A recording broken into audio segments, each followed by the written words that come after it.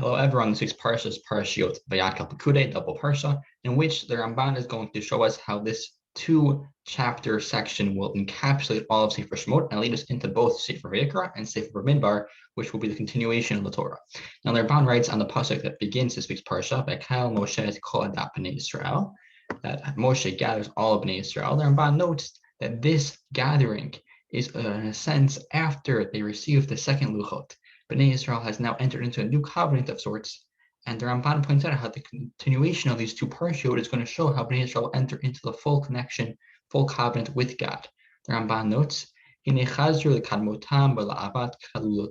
right after Hashem gave them the second luchot, the luchot Shniot, v'kardim brit chadasha, shelech Hashem b'kirbam.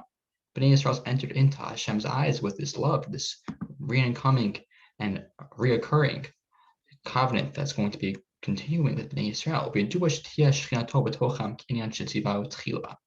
And now Bnei Israel is restored in God's eyes in this manner. As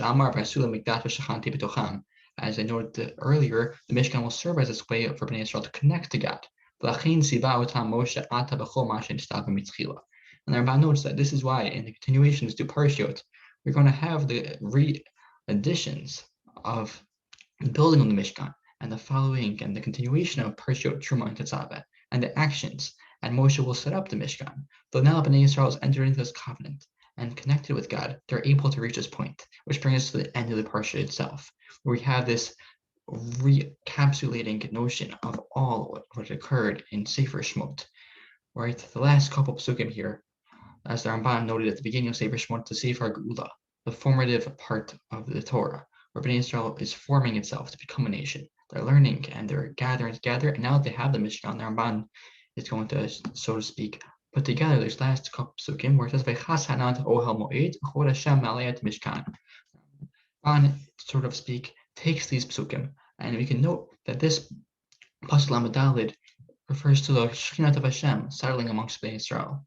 And in the continuation of the Parshiot in Sefer Vayikra, we're going to read about all these ways of connecting to God in the Ohel Moed, then bringing in the Korbanot and the service inside the Mishkan. And this connection through the Kahuna and through the laws of the Kahuna that will occur in Sefer Vayikra will allow Bnei Israel to be able to connect to God in this manner. And the continuation of these psukim, once Anan is lifted up, Vayalot Hanan me'al Mishkan Yis'u Bnei Israel b'chol ma'aseihem. These next two psukim will explain how Bnei Israel is going to continue in the Midbar and lead us into Sefer Bamidbar itself.